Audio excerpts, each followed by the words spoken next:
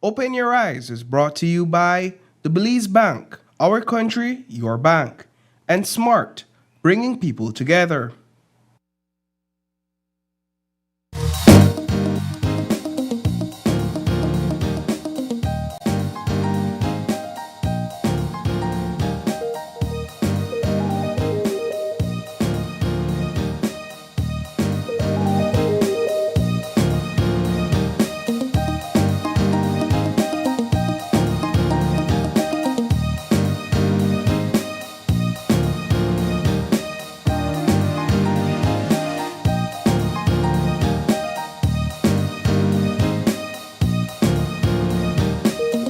Good morning and welcome to Open Your Eyes. Start your morning right. I'm Paul Lopez. And I'm Asana Keretano. Good morning. Good morning, Belize. Good morning, It Paul. is July 29th, 2026. Good morning, Isani. Good morning, my brother. You're sharp as a tack, man. Listen, that Wednesday, man, that almost paid here too.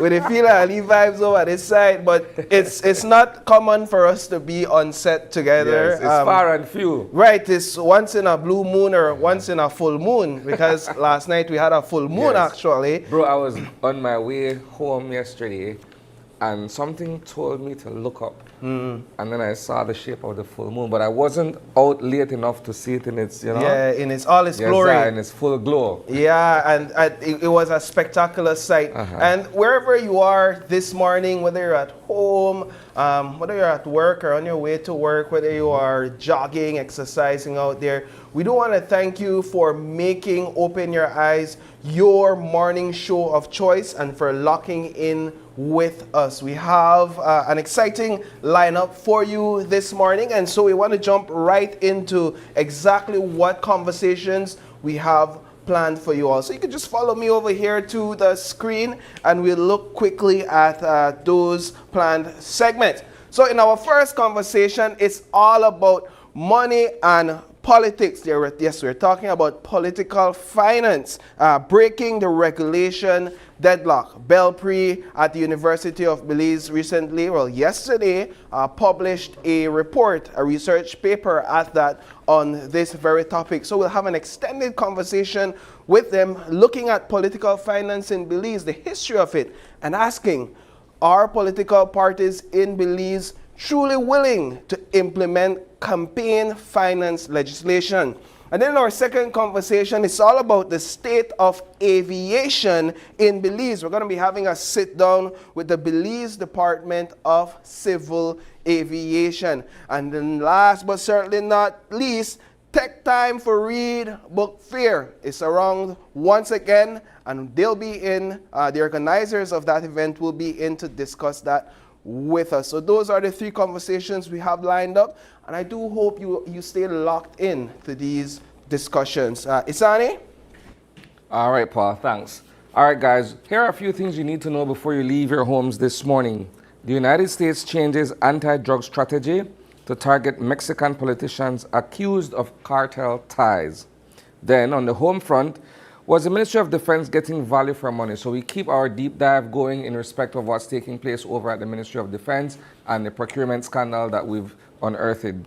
All right, and then of course, the three crew members, including the captain of the MV Barima, have been charged with 72 counts of murder following the sinking of that ship a few days ago.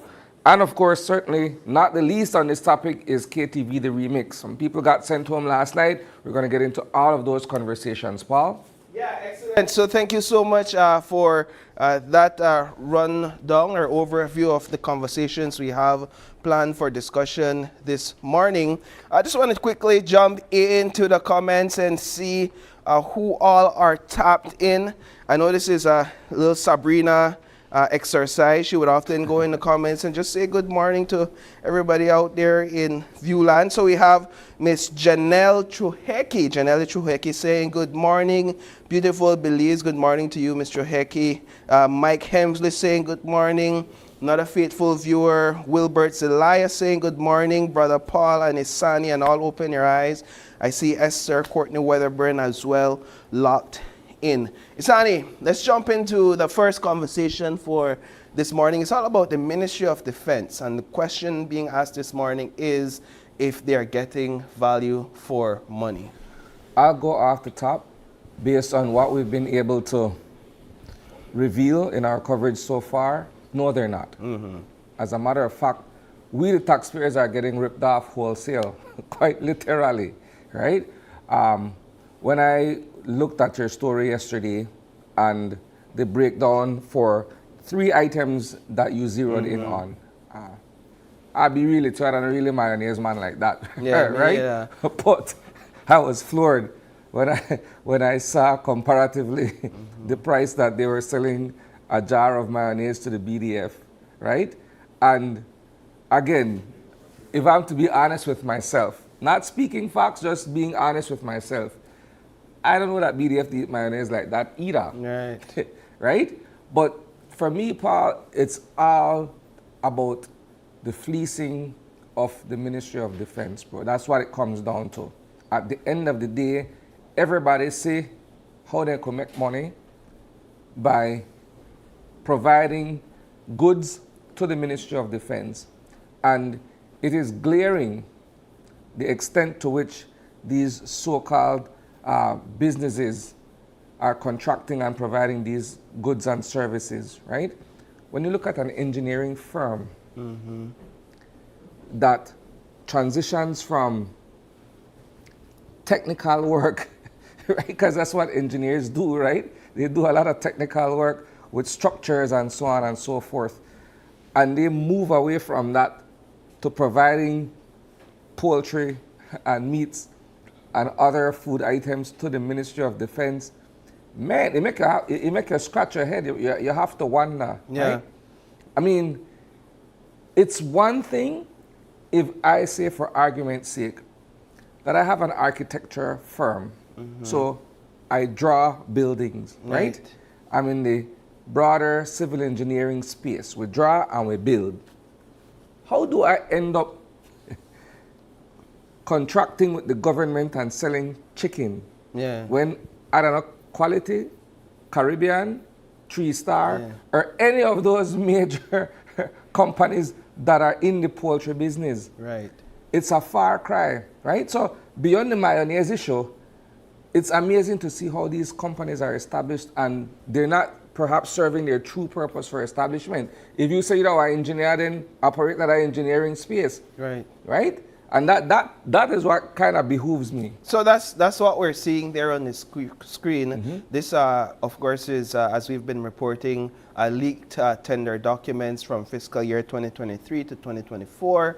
And this is what we've been using to generate these reports that we've published over the course of this week. I want to step back a bit and just look at the mayo issue, right? I got challenge they pronounce mayonnaise. We call it either mayonnaise or mayonnaise, right? Well, whichever one Coffee preferred the most. But when we look at the price of mayo on the market at the time, because what we're doing is we're referencing the Statistical Institute of Belize's data. Which I think is an excellent reference point based on that particular fiscal year and the quarterly information. So here we're seeing that the Statistical Institute of Belize reported that in this period, during this period, a bottle of 32 fluid ounce of mayo went for $9.20. What these suppliers were selling to the Ministry of Defense were bottles half that size, so 15 fluid ounce. So you could just simple maths might say, all right, so it might be half the price. Yeah. We saw considerably lower. We saw MP Farms, they were selling this 15 fluid ounce bottle of mayo for $6.98, I believe. Yeah. That's a bit on the higher end for half the size. But all right, we are looked at that and we are left that there. But before you go further though, you have to make accommodations for a markup. Yeah. Right? Because that's how the companies make a profit, right? So even if they're purchasing wholesale, when they turn around and pass that on to the government, they put a markup for their own profit, right?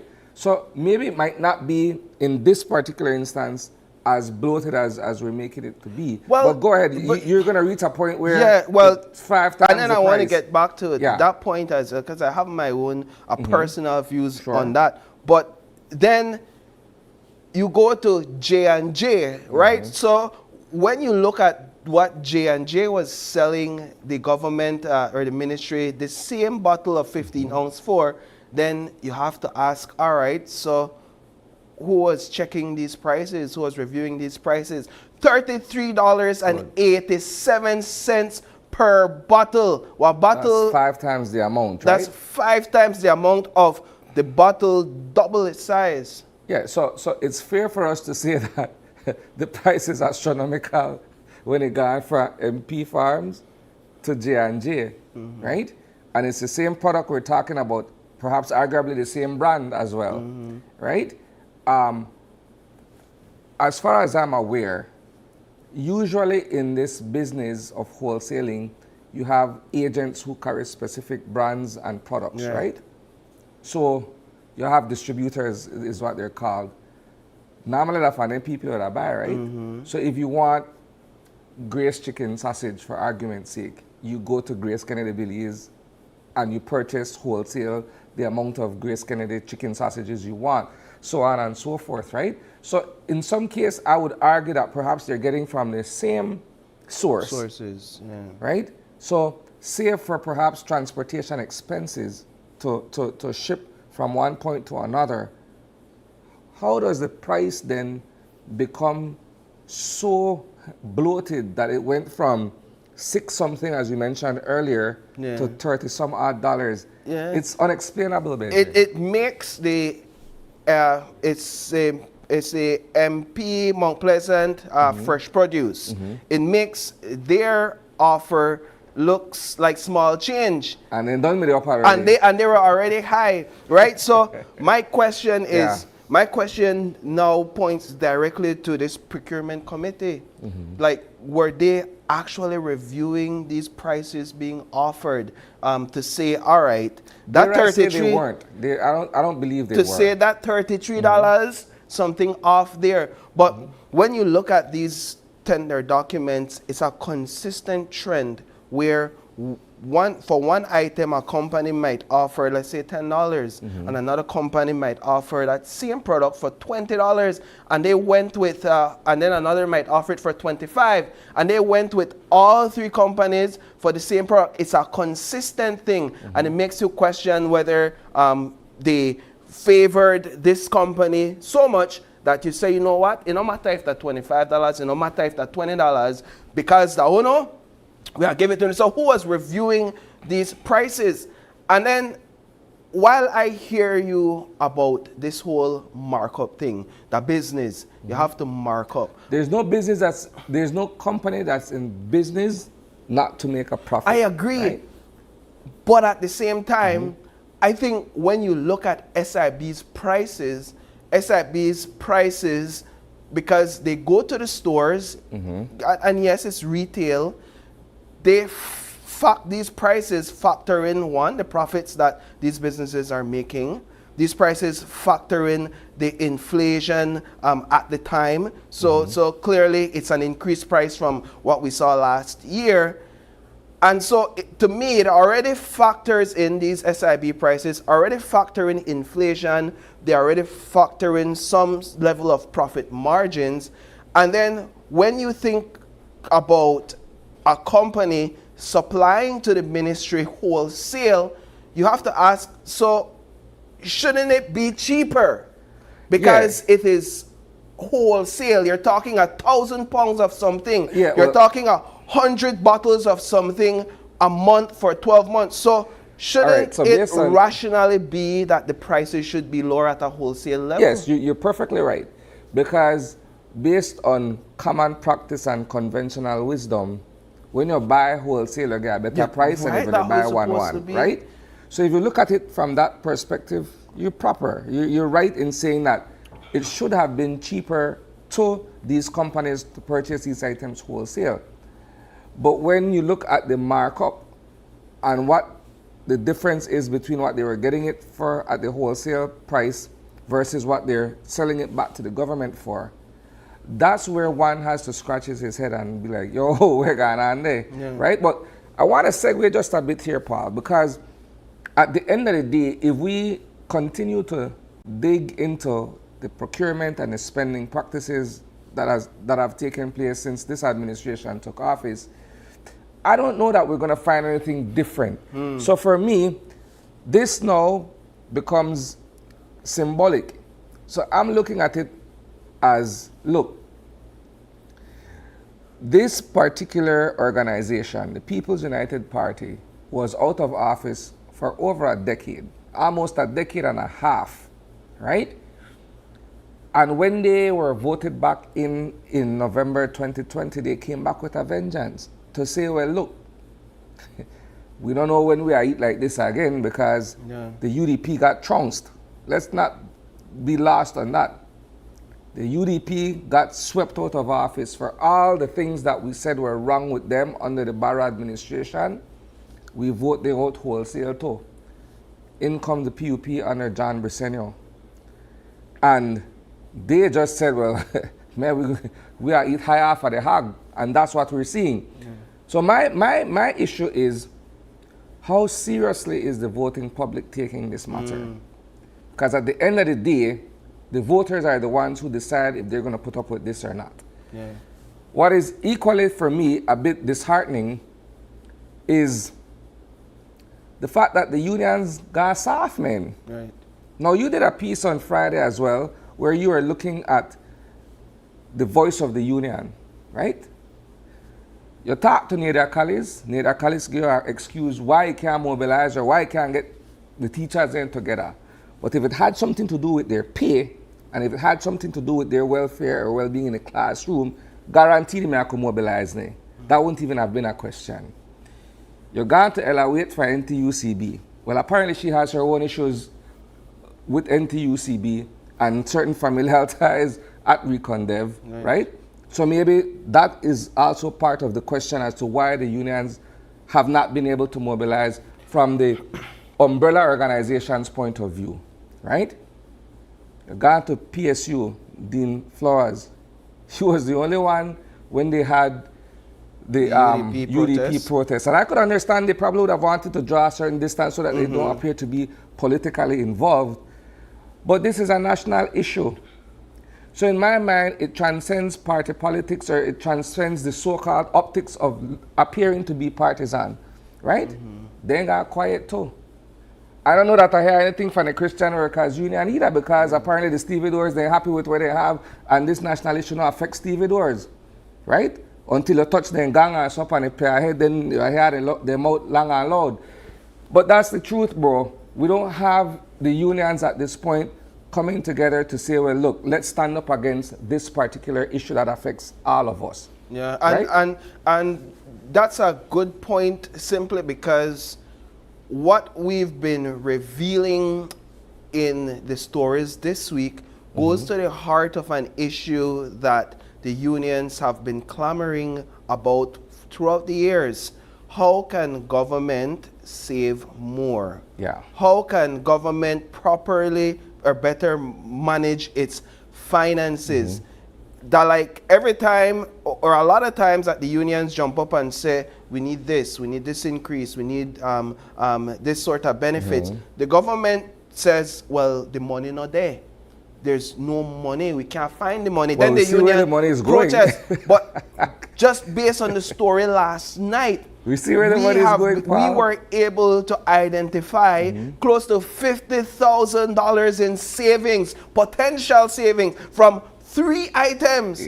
You imagine, and we're talking thousands of items. You imagine if we really sit down and go through all the items, the hundreds of thousands of dollars in savings that we could have potential savings that we could realize. So let's paint the broader picture then for the benefit of our viewers, right? Those 3 items only come from the BDF kitchen, in a manner of speaking. We don't talk about a uniform, we don't talk about firearm procurement and things of that sort. And that is only one ministry, brethren. One ministry. We're not talking all of government, because, again, I believe personally that this is the tip of the iceberg. And it would perhaps take us the next several months, if not several years, if we were to do a complete forensic investigation into all of the ministries that are being fleeced. Right. That's my personal opinion. Well, we have to move on from this topic, but certainly we'll continue this coverage. I think I've been counting, actually. So we're 7 weeks into the day that PM announced an audit. And so he says it's going to take 3 months. Well, we're going to be with him for the long haul. We have nowhere to go with this story, right? And so he could expect to see and hear more from us. I'm anticipating what happens on day 90.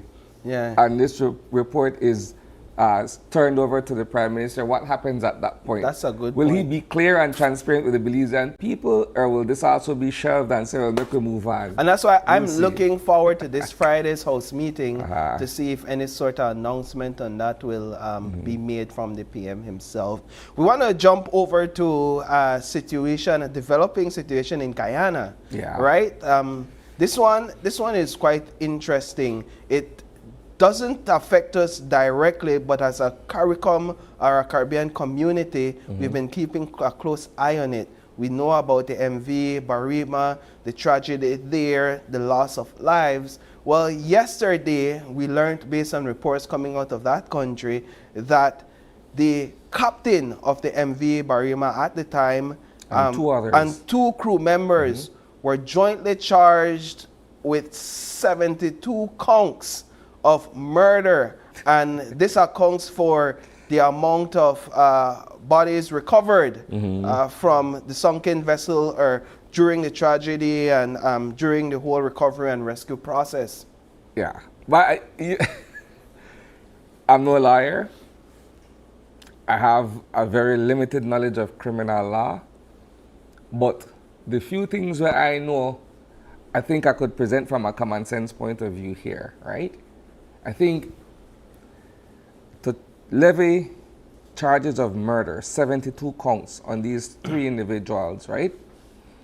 At some point, should this go before the court in that jurisdiction, they have to prove intention, that this was deliberately done to eliminate the lives of all of these people. Not only the 72, you have others whose bodies have not been found so far. So this would have had to be proven, or would have to be proven, that it was purposely done, right? That's the first thing in my mind. Secondly, if you're charging them jointly, that means you're saying that they acted in concert, that the 3 of them agreed amongst themselves that this is the course of action that they were going to take to eliminate all of these passengers on board this vessel, right? I think that's a very tall order to prove in court. But again, I'm just the layman, not the legal mind, right? But this is my opinion, Paul. This is how I feel about this whole thing.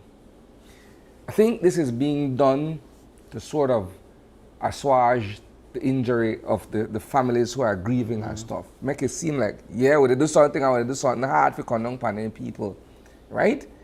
But I don't know if at the end of the day, this is something that removes or erases what has happened, right? Now, again, this is my opinion, right? I am certain that Guyana has a lot of brilliant legal minds because we drop on the very same people for we courtside of Belize, right? So I know that they have very brilliant people there. But in the event that they did not have, or they wanted to look outside, man, they could have asked Godfrey Smith or Eamon Courtney to give them guidance for how to move on, something like that.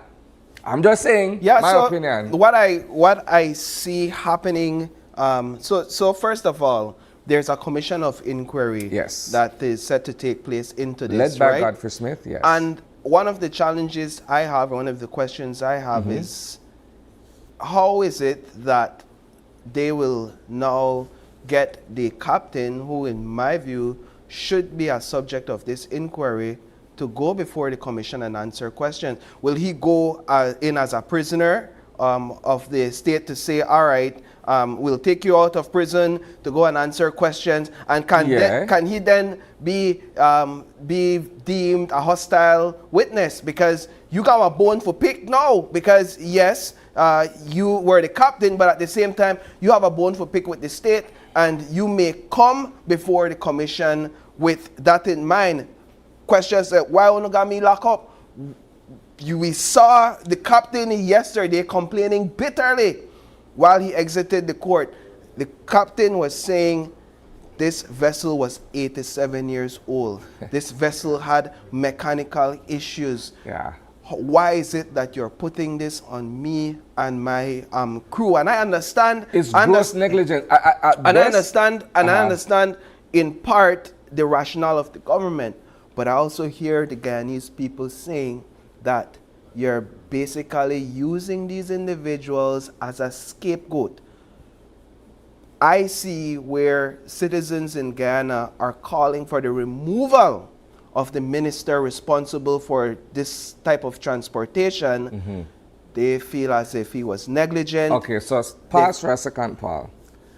Have we been able to establish if the MV Barima was a private operator? It's a government operation. Most of these operations are government operations in that part of Trinidad, Jamaica, Guyana. Most of them are government operations. So then ultimately, as you mentioned, the buck stops with the minister who's responsible. The right. Minister of Transportation or seafaring or whatsoever that falls under. And I see that conversation happening in Guyana where they're saying, oh, they use these guys as a scapegoat. But we'll watch this thing develop and we'll watch it play out over the weeks. They're being represented by a familiar face to Belize, Dexter Todd. Yes. He represented William Danny Mason in that murder trial. For a brief period. Yeah, that went sour very quickly. At some point, Danny Mason was changing attorney's hand over fist, right? Right. But again, we're watching this closely, and just to come out of the conversation, is the fact that Belize and Guyana are very close in terms of the ties between both countries. And while you mentioned earlier, it's not a situation that directly affects Belize, but we empathize with them, right? And the fact that we have a Guyanese population in Belize and we have Belizeans working in Guyana, we have strong ties, it's something that we're going to be following as the days go by. So as the time winds down, I think it is prudent for us to jump into the KTV, the remix conversation.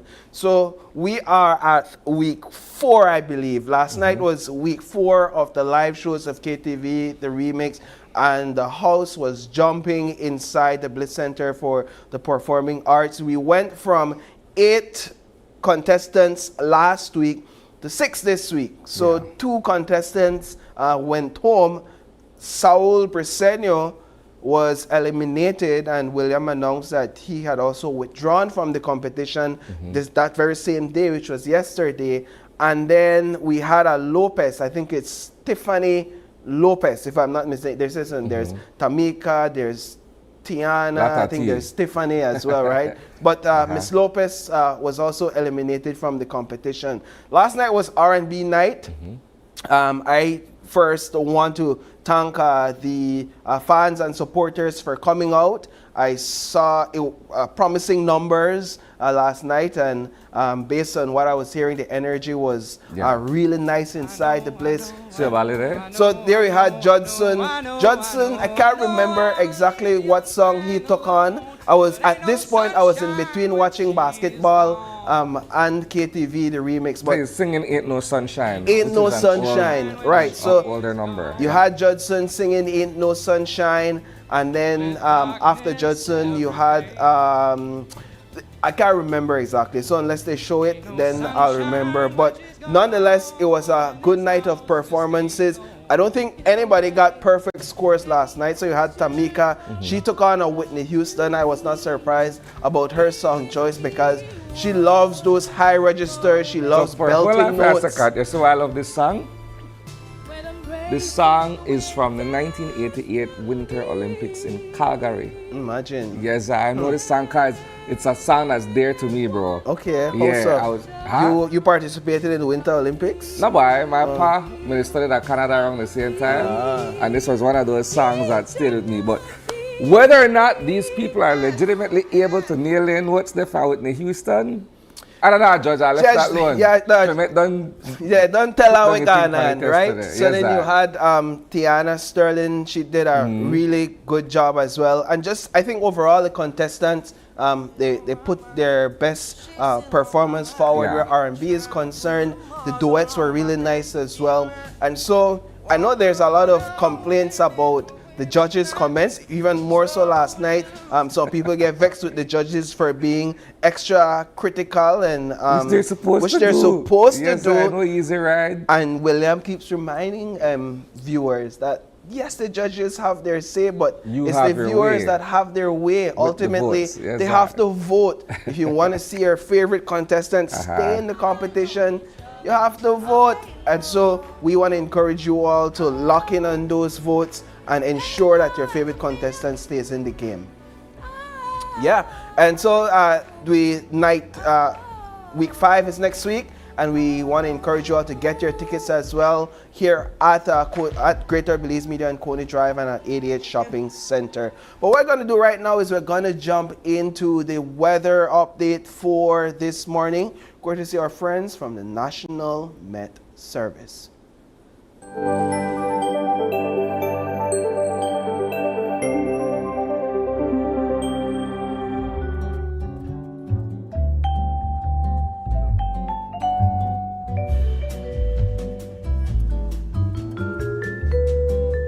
All right, guys, here's a look at what you can expect from the weather for today and, of course, the upcoming days, all right? So, all right, we're going to pull up the graphics for the weather shortly. There we go. All right, so today's forecast calls for sunny with a few cloudy spells and partly cloudy tonight. Showers will be isolated. The temperatures along the coast will be 88 degrees Fahrenheit or 82 degrees Fahrenheit. Inland, it's going to be 92 degrees Fahrenheit and 74 degrees Fahrenheit. In the hills, it's going to be 80 and 68 degrees Fahrenheit, respectively.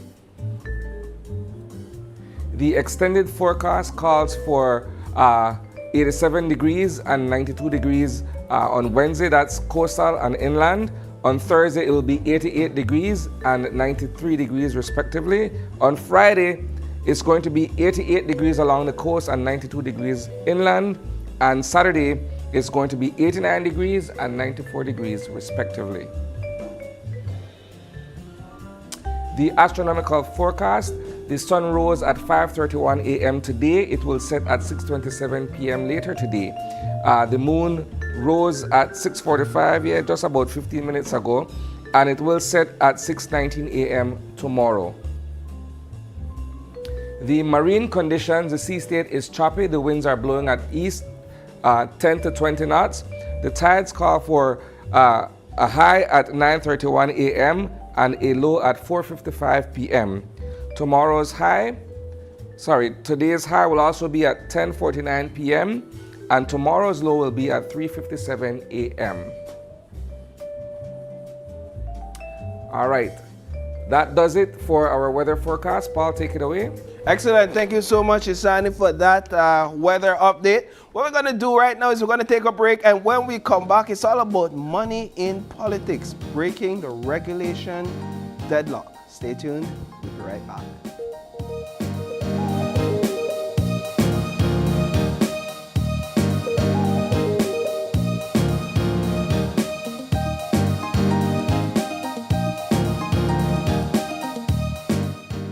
Connected in the USA for as low as $10. With Smart Roaming Data Pass, staying connected is simple and affordable.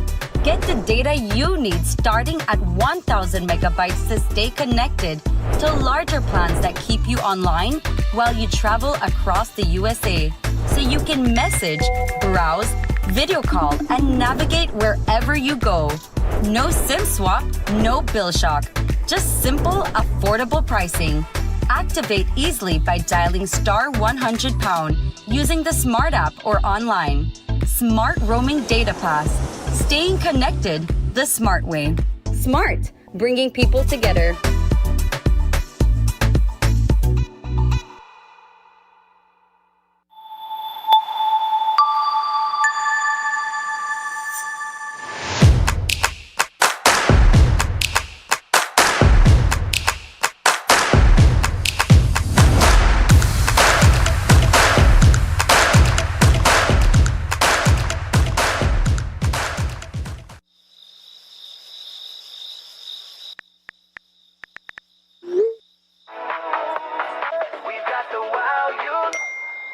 Think we got a deal? No one should be up at this time. If you're still up, it's not you. It's your mattress. Because the right mattress changes everything. Sherwood Bedding Luxury Resort Pillow Top Mattress. Sleep better, wake better. Available at Design Depot. All in one place.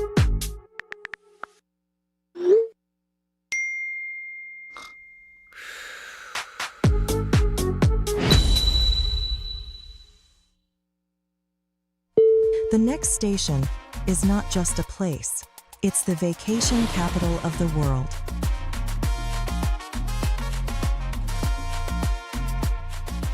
Mexican Caribbean, the vacation capital. In business, timing matters. Now, with Belize Bank's same-day settlement, transactions settled before 4 p.m. are deposited the very same night. It's been a game changer for our cash flow. Waiting days to access our sales used to slow our business down. Now we could restock faster and pay our suppliers on time. And with all the settlement, it's done for you every day. Same-day settlement from Belize Bank. Our country, your bank. We'll name you 100 reasons to step back. But when you achieve your goal, they will follow you. Gorilla, make some noise.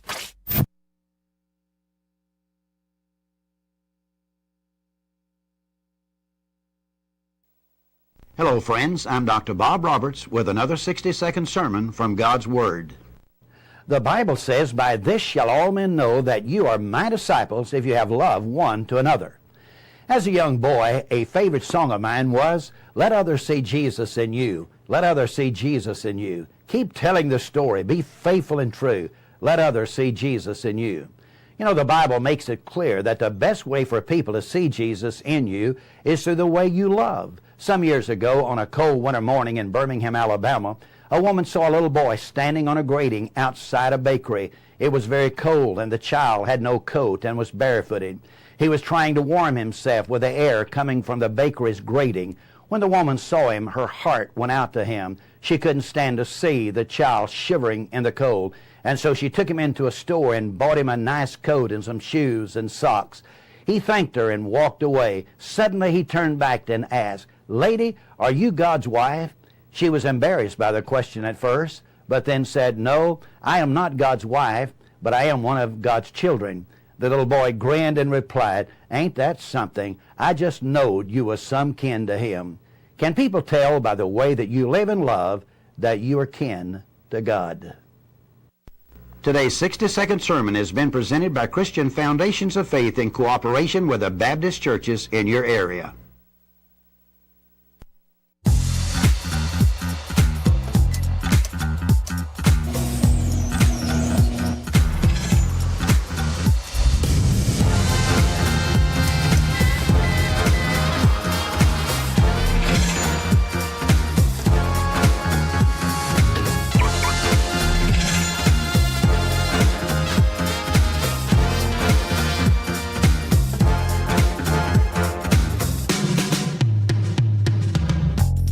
Introducing BB Insurance, built for Belize.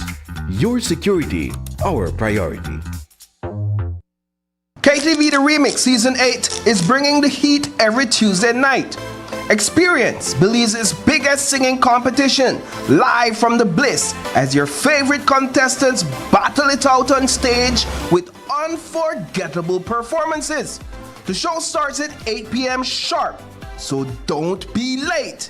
Get your tickets today at Greater Belize Media on Coney Drive or 88 Shopping Center and come be a part of the excitement. KTV The Remix Season 8, where Belize's next superstar takes the stage. See you every Tuesday at 8 p.m. only on GBM.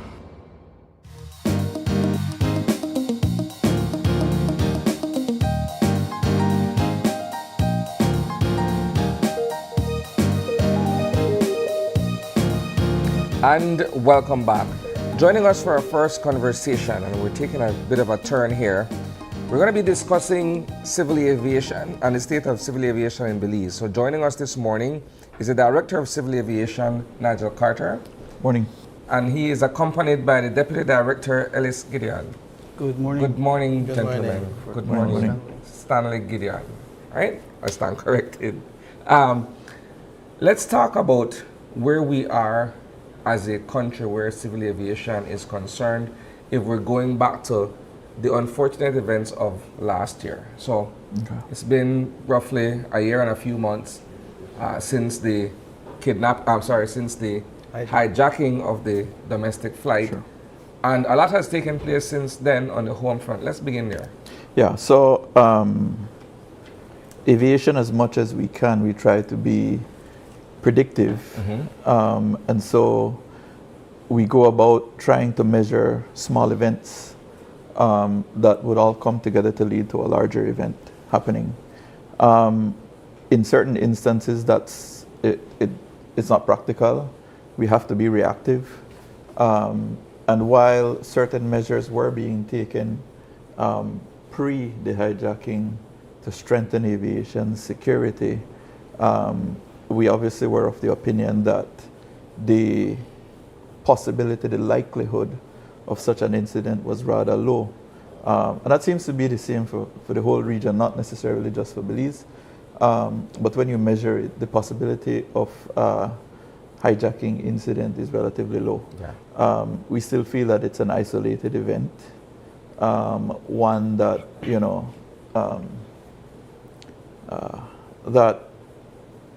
that just happened out of the blue as opposed to something that would have been planned and so forth. And notwithstanding, we have to be reactive. We have to put in some of the safety measures to ensure that there is not a repetition of. So we worked along with the government. We worked along with the Belize Airports Authority, local airlines, the stakeholders, to ensure that we strengthen those safety measures. And so you would see that as an immediate response, police officers were placed at the airports. Yeah. Those, to my understanding, have largely been removed. There still may be a few, notwithstanding. The Belize Airports Authority has gone about and contracted private security agencies to come in and help with some of the security screening for passengers that are traveling on domestic flights. Looking back 1 year later, prior to the police officers being established at the airports, there was a controversy surrounding who was being employed, a company that was being employed to provide security. Looking back at that controversy, what would you say at this point could have been done differently? We largely try to stay away from that matter. It's a matter not for the Department of Civil Aviation. We're a regulatory body. Yeah. And so in the end, we want to make sure that the standards are being complied with, right? So we generally try to steer away from that type of activity. That's a matter for the service provider, in that instance, the Belize Airports Authority, and whoever is working with them to take care of them. Do you believe that domestic passengers, feel safer since what transpired last year? I haven't flown, gone anywhere in an aircraft since then, speaking for myself, but I believe there are a lot of people who got on the plane the following day. But is there a consensus that Belizeans feel safer with all the measures that have been put in place since? So two responses to that. One, you hear a lot more complaints about being harassed before you get on the airplane. So obviously something is working, right? And then number two, the numbers are back generally. Yeah. The numbers are keeping up insofar as tourism numbers. And the reality is tourists do make up the vast majority of passengers that fly on airplanes right now, whether it be through domestic airports or through the PJIA. The PJIA and its standards have remained strong. Those are tested constantly. And now we come with the strengthening of the domestic aerodromes. And so generally we feel that passengers should feel more at ease getting on an airplane and moving from point A to point B.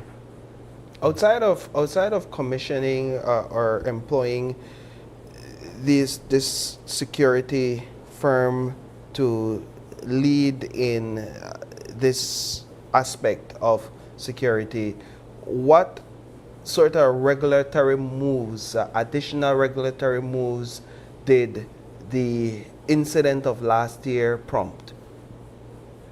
Okay. So there are measures that are applied internationally, and others.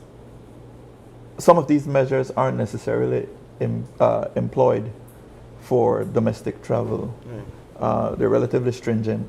They involve expensive equipment. They involve arduous screening and so forth. And it involves a lot of time as well, creating restricted areas and so forth. Basically, what we've done is we've scaled back some of what is employed internationally and try to implement it. So we take some of the best practices, such as segregation of passengers from normal people. We take screening, the checking of passengers to ensure that they don't have any kind of metal equipment that they're taking on board an aircraft. The screening of select bags. We don't want to get too much into some of the measures that are taken for obvious reasons. But those generally are some of what we were trying to imply. More dialogue between agent and individual and passenger to ensure that they can sort of do some of a screening of that person, understand, speak with that person about any possible weapons or anything that he or she may take on board the aircraft. So generally, that's a lot of what we're looking at, some of the changes that we're looking at to ensure that we can improve the level of security. Yeah, because I wouldn't want for viewers to leave thinking, well, because we see this as an isolated incident in that it wasn't planned, right? The incident itself, in that it wasn't planned or preconceived, that we're not taking measures, we're not implementing measures to ensure things like this don't happen again, because it just takes one isolated incident to become a tragedy, a huge tragedy. We're seeing that with Guyana and that vessel, right? But I want to bring Mr. Gideon into the conversation just to get your perspective on that very same question, the safety of passengers today versus 1 year ago. That's like everything is a tricky thing, because at the end of the day, we will have people who have fear of flying no matter what. The department has taken very proactive steps. The BA has taken very proactive steps to mitigate. The airlines have taken very proactive steps to mitigate. So everybody is doing their part to mitigate what has happened, to ease the comfort and the flying public. I can tell you that I tend to be a little bit more interactive with the pilots. Yeah, there's still a little bit of hesitation, because the way we fly, we're very open with our passengers. We talk with our passengers, we communicate with our passengers and stuff like that. They sit beside them. Yes, exactly. But they know that the additional layer now kind of help mitigate that. Okay, so there's an active screening program that is going on. We see that I'm not saying the levels of anxiety has significantly dropped, but it's not there where it's peaking every day. So they're enjoying their flying. People are enjoying Belize. They are seeing and come to see Belize, so they enjoy it. And the local people, you know them, put text right away. There's no pushback other than the unnecessary searching of their eyes. But I believe that at the end of the day, we have reached a point where equilibrium, if you want to call it that, of the screening process of what is expected of you now on a domestic flight. This is the new standard, and we'll go from there, so we could get you from point A to point B safely. Do you think enough is in place now to prevent a reoccurrence of last year's incident? You're never going to get it to zero. That's a reality. You have to do as best you can. And one thing we didn't mention earlier, it's always a balance between finance and safety, and you have to be able to balance it as best you can. putting in safety measures will more than likely equate to extra fees. At the PGIA, there are security fees that you have to pay when you're leaving, and so putting that in as well will more than likely equate to extra fees. But it's a necessary inconvenience if passengers are complaining. I mean, at the end of the day, it's for your safety. No, I understand, but the question is, how much can we do? Yeah. Right? Do we put in sniffers and so forth, for sniffer explosives and so forth? Do we put in all of that? Because that has a fee to it. There's expensive pieces of equipment that you look at. And so you have to be able to find that sweet spot as best you can. In aviation, there's never a situation where it's an absolute zero. Yeah. There's always a possibility of something happening. And so to say that, we can guarantee you that it's not going to happen again, we can't. But we can tell you that we're doing our very best to minimize it as best as is practical and bring it as close as is practical to zero. I want to go in a different direction here. A few weeks ago, we had 2 incidents where crop dusters are involved. One was a tragic crash where a Mennonite farmer lost his life in the Spanish Lookout area. Before we speak on those specific incidents, I want to ask, first of all, how does that work for the agriculture sector, where you have people who want to, either spray their crops or do other stuff using a crop duster aircraft? Do they apply to the Department of Civil Aviation for a license or a permit? How does that whole thing work? Yeah, so we look at aviation safety. We authorize them to operate the aircraft. They also have to we work in conjunction with the Pesticides Control Board. Yeah. And so the authorization to dispense comes from them, not necessarily to dispense by air, but generally to dispense comes from the Pesticide Control Board. And so there's a sort of working in tandem to ensure that they, as best as is practical, do so in a way that's safe and minimizes the possibility of damage to other people's crops and so forth. So, okay, going back a bit though. So I have an acreage of farmland and I'm interested in, doing my own crop dusting. So do I then have to go to civil aviation school? If that's the case, qualify as a pilot, then apply to you guys? That's what I'm asking. How does that whole thing work? All right. So, you have to go back. You start off with a pilot's license. You go out, you get a private pilot's license. You get the necessary ratings required for you to do agricultural crop dusting. That shows that you're capable of doing the agricultural crop dusting. If you are working for somebody, then obviously you get the airplane through working with that person, or you buy your own airplane if you're interested, if you have the monies to do so.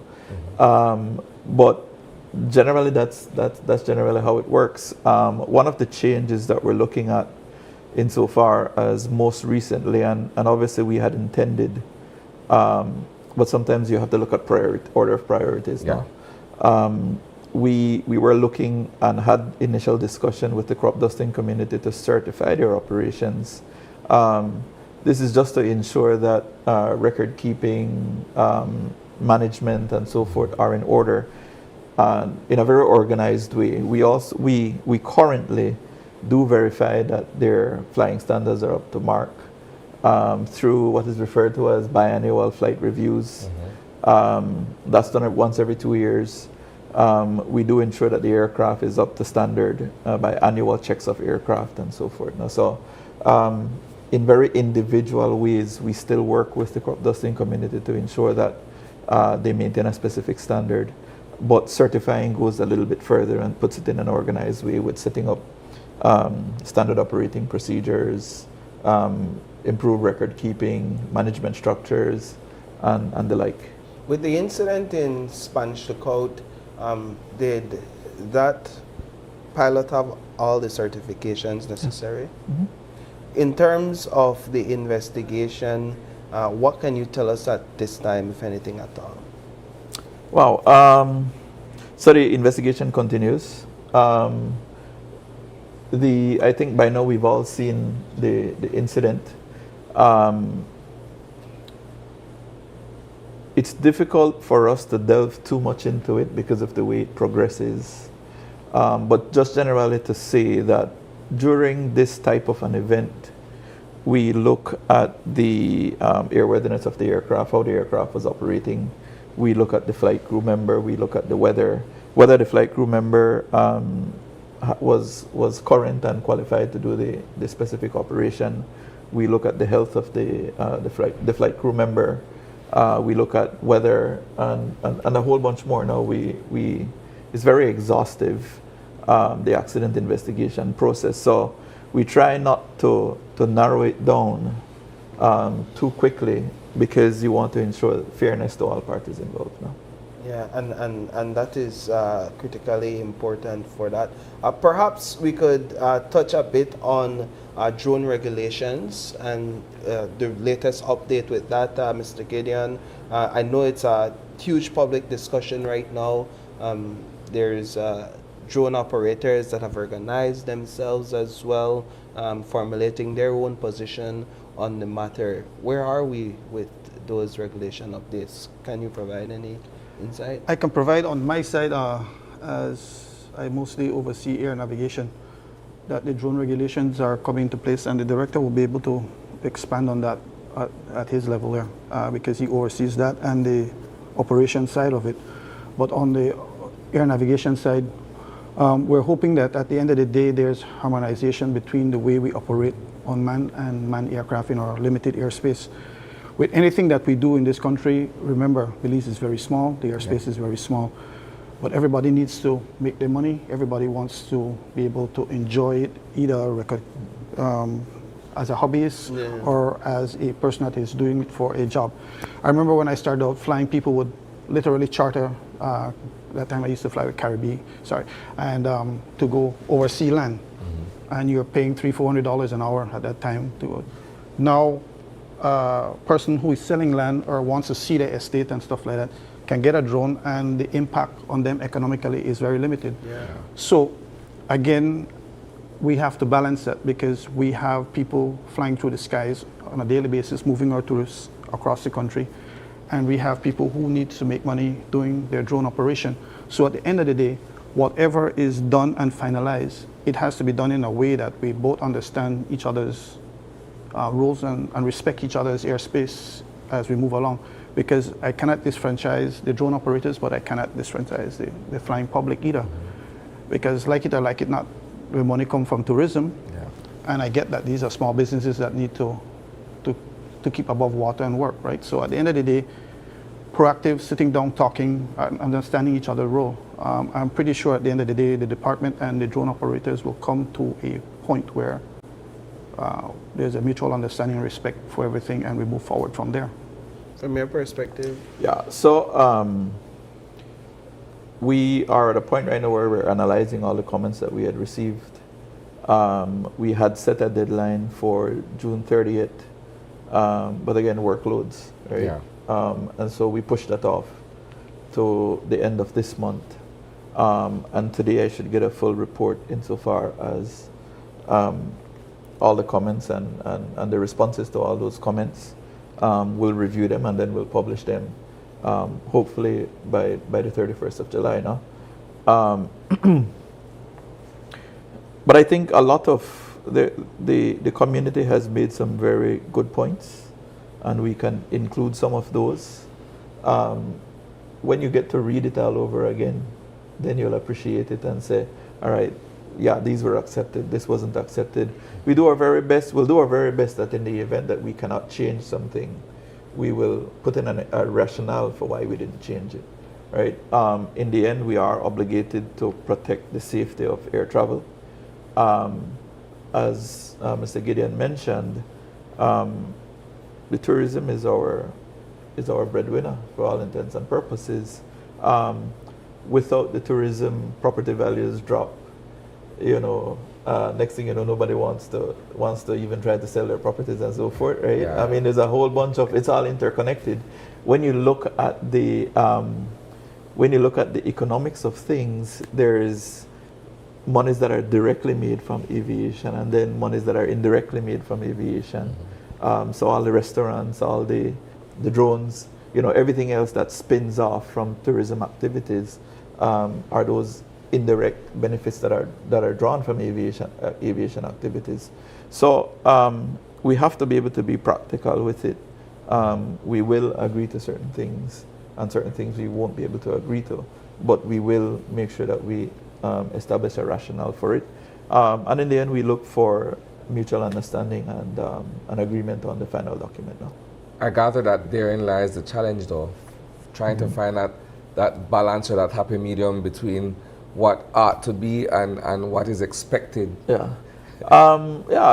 have certain international obligations. We do our best to try to adhere to them, but we do understand the local context as well, right? Mr.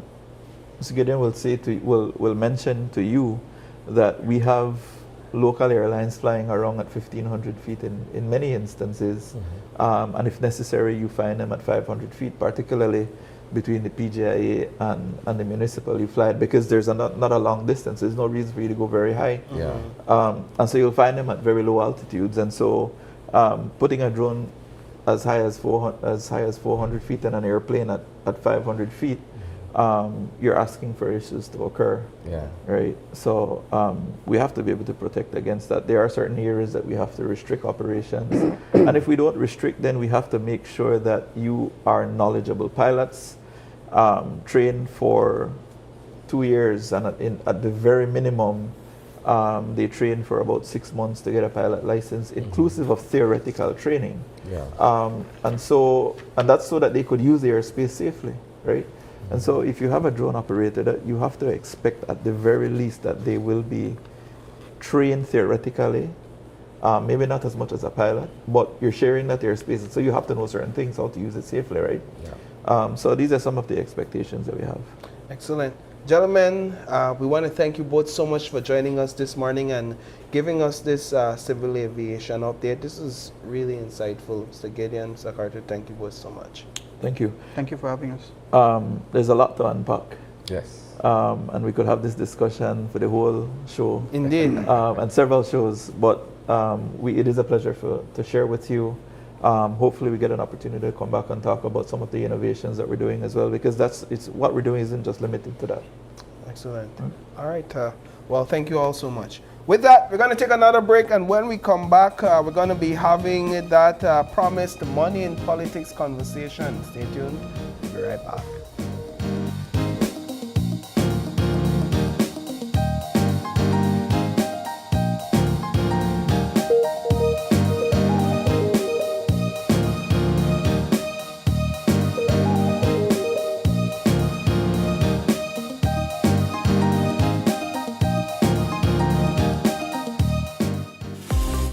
Full-Tech Systems understand that technology isn't just a tool, it's a game changer. At home, smart devices and AI are revolutionizing daily life. In education, tech is making learning more interactive and accessible for students and educators alike.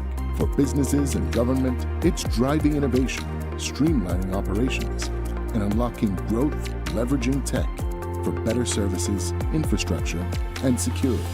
At Full-Tech Systems, we help you thrive with cutting-edge solutions, partnering with leaders like Dell, HP, Microsoft, APC, Fortinet, Cisco, and Tomy8. We deliver the right products for your needs, whether it's boosting efficiency, improving customer engagement, or scaling operations.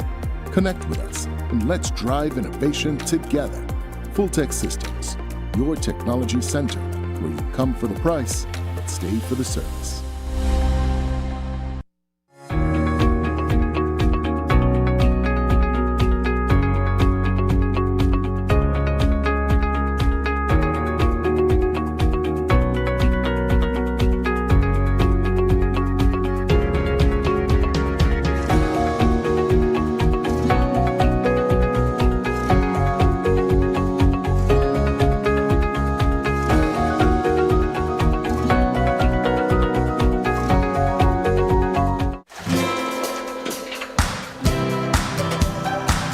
Every business starts with a vision.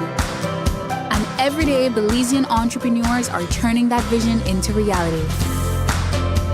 Hi, I'm Rosalie, General Manager of Cards and Merchant Services at the Belize Bank. Today, I am proud to introduce our new solution designed specifically for Belize's small and medium-sized businesses.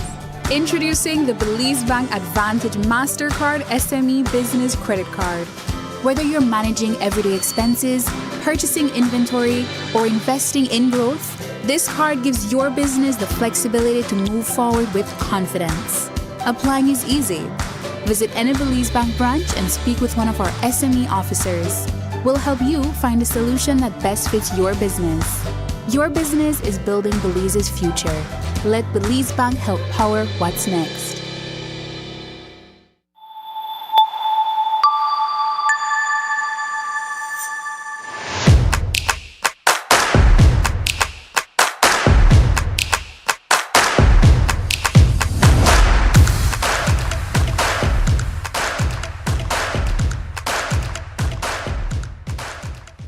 He skipped nights out, said maybe next time too often. Ramen became a lifestyle, all for this moment, his first car. Protect what you've worked for with RF&G Motor Insurance. Life moves fast. Your connection should keep up. Need more credit? More data? A flex bundle that fits your lifestyle? With Smart Prepaid, they're a prepaid option for every lifestyle and budget, making it easy to stay connected wherever you are. Because with Smart Prepaid, you can connect on your terms. Purchase credit, data, flex bundles, prepaid plans, and all your favorite prepaid services at any Smart agent, Smart showroom, or simply dial *100# key. No stress, no waiting, just fast, easy, convenient ways to stay connected every day. Smart Prepaid. Connect on your terms.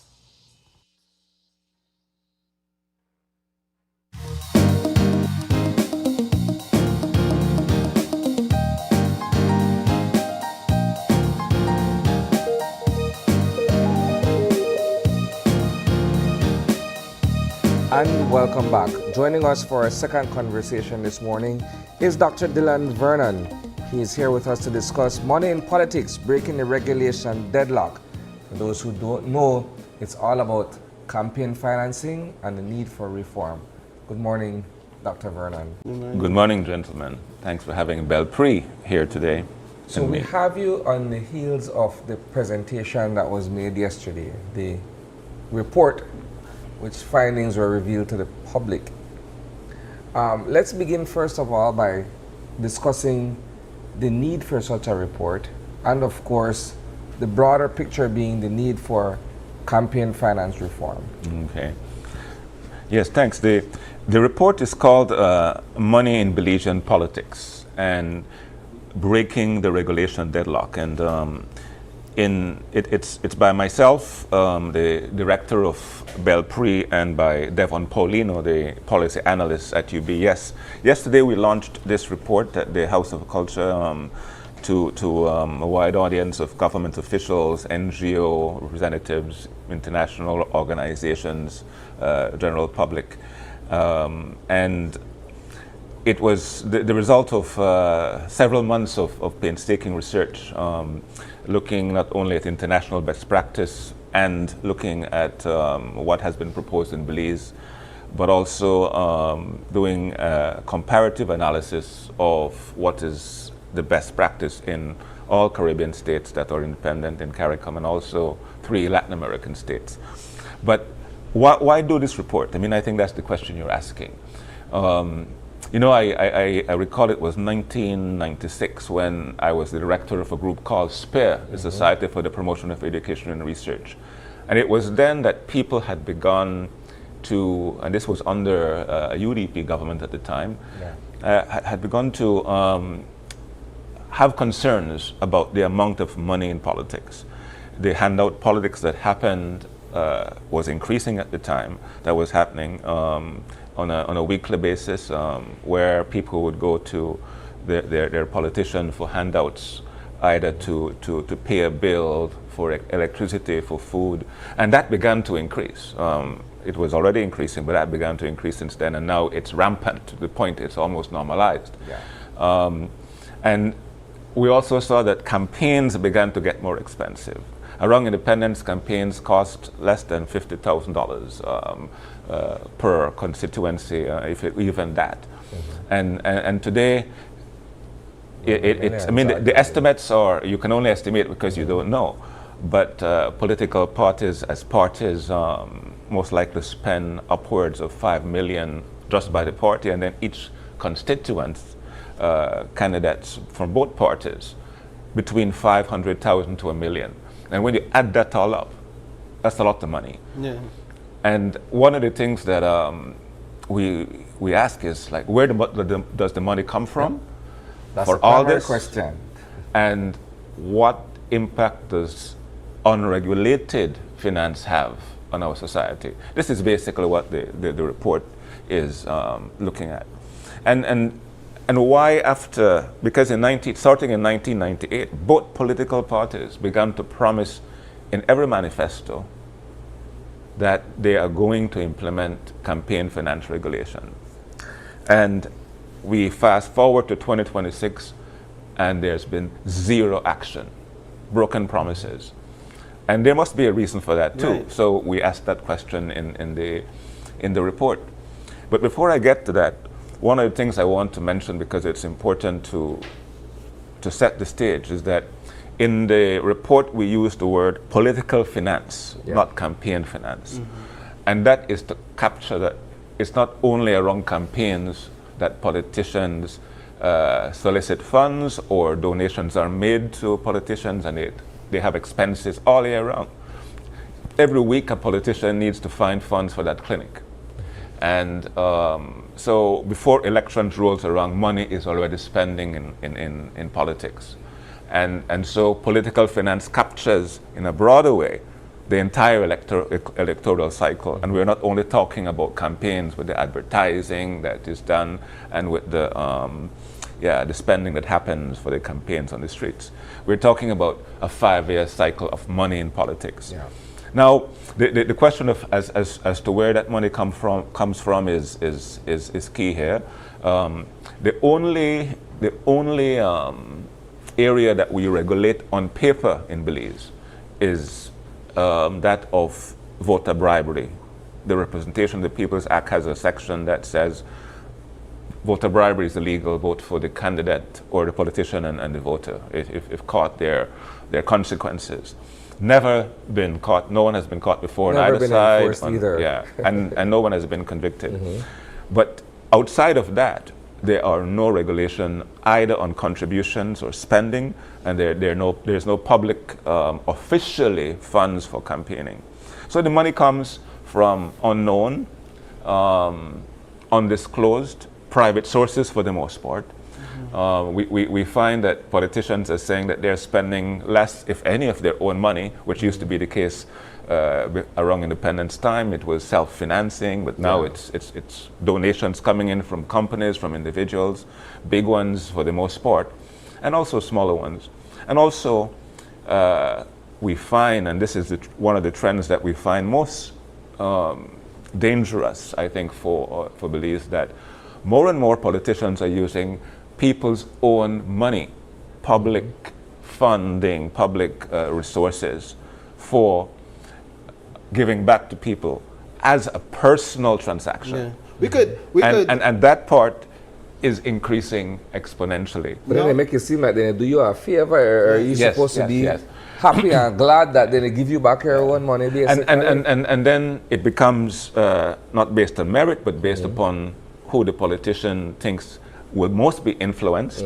And around all this, of course, people get assisted. But is it the best way? Isn't there a system already set up for that we have a government and a public service to do that kind of thing?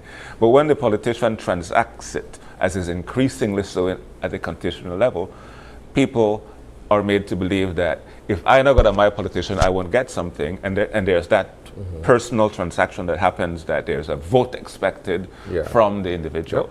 And so once political influence gets involved, for the voter, that's when we have the problem that the public resources that are supposed to be objectively and by merit distributed to those most in need, it gets all warped. So what does this all cause? And the report looks at not only the fact that we have this increase in money in politics and in also voter bribery, but it says in the absence of regulation, we have at least 4 main problems. One is that, and this is the biggest one, it's a driver of corruption. Money is necessary for politics. There's no doubt about that. Yeah. There are legal ways that money can be spent. Without money in politics, we wouldn't have political parties, we wouldn't have elections. I mean, there's a need for money. It's not a matter of we don't need it. It's a matter that it can be the root of all evil in politics. And when it's unregulated and there's no information, as we have grown into, then it gets dangerous. And the key one is it's a driver of corruption, as I said. We all have seen corruption, and the report tracks this increasing. And a lot of this is basically perceptions of citizens, where an increasing number of people in polls over the years are seeing corruption as one of our main challenges. And on the Transparency International Perception Index, we see that we are also not doing very well. The last one shows that we were the same level we were some 15, 20 years ago. No so it's not improving. And we know the cost of corruption. I mean, I don't want to go into all the. We mentioned some of these in the report. The second thing that it causes and it fuels, contributes to, is a deficit in or inequity in participation. Who can afford this expensive game of doing politics, having these clinics, and having this constant need to go out and get money to make all this work? The 2 major political parties have mastered the art of doing it, and the candidates who go into these political parties quickly learn the game, how to get money to be able to funnel this demand and to cultivate your following. And however, one of the things that happens here when the dominant parties dominate the financing is that vulnerable voices of others are ignored, and it's harder for people to get in. And we're talking here about smaller political parties. They have polled less than 2% on average since independence in the polls, and they have not been successful. Partly this is why. I mean, they can't compete with the big game, with the big guys for money. Let me interject for a second here. And then women, vulnerable people generally, indigenous people, rural, the people who might want to get into politics and say, that's not for me because I can't afford it, that is a huge disincentive to participation. So if we were to have real reform where political financing, inclusive of campaign financing, is concerned, would we be able to then level the playing field for everyone who wants to get in, either on the individual, as an independent, or as a third party, as we'd say, along with the 2 mass parties? Because I believe in other countries where they have certain policies and regulation, it's equal, right? You put so much in it's never equal, but the attempt. The attempt is for it to be as equal or as equitable as possible. But they're perhaps closer to it than we are. Yes. Because when we look at what's happening with the 2 major parties, PUP and UDP, the financiers look at it only as investment, right? They want to put X amount behind a candidate because when that candidate should she win, then they come back and recoup on the investment. That's how they look on that. The corruption dangers, in fact, realities that happen is, of course, donors require some return on investment. And that's where you see, I mean, some of the scandals that have broken out, a lot of them are directly related to politicians finding money to have these clinics. Politicians finding money. I mean, of course, we can't be naive and say that they don't keep some for themselves and their families through contracts and procurements. I just want to say that the question of the contracts they come from. But the point I think you're asking is, can we come up with something fit for purpose for Belize to regulate campaign financing? This report is saying, yes, we can. It's not only because others have done it, but the report also acknowledges that this is going to be extremely difficult. And I saw the Prime Minister being interviewed, I think earlier this year on this point, on the same couch. And he echoed what the former Prime Minister Barrow said in many interviews before the 2008 election. And it is a very realistic, some might say pessimistic view of it's very difficult to do. Do we have the capacity to enforce these regulations? Even the US can't do it. So there's an acknowledgement of the difficult side. And the report does say it's not easy to do. It's almost like you're capitulating to the thing before you even make an attempt. Well, that's what the report says. That because it's difficult does not mean we do not try to mitigate the worst consequences of unregulated money in politics. And we're doing it right now by strengthening procurement regulations. It's difficult to do, but we have to. It's a matter of doing it and finding the right fit. And the report has, I call it a blueprint, but it's if politicians are saying this is difficult, here is a report that breaks down international best practice, regional best practice, what Belizeans have proposed, and there have been proposals from Belizeans. We look at 6 of them, commissions, and also civil society organizations, the Belize Chamber of Commerce and Industry, Darrell Bradley in particular, those two are the most comprehensive. Look at those and analyze them, assess them, and then say, look, after looking at all this, we know this is difficult, but this is a way to do it.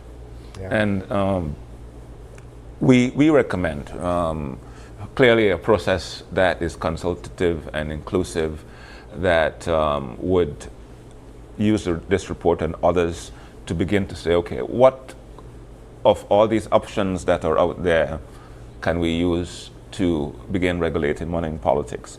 And the options, guys, are there are 5 basic ones. Register political parties, control or limit the amount of money that donors can give, individual or companies, and at some level ask them for disclosure, that it has to be publicly disclosed, who gives what to whom. Limits on spending, decrease the cost of elections so that there is not this participation deficit for the most part, and there's more transparency. And that can be done by having shorter campaigns.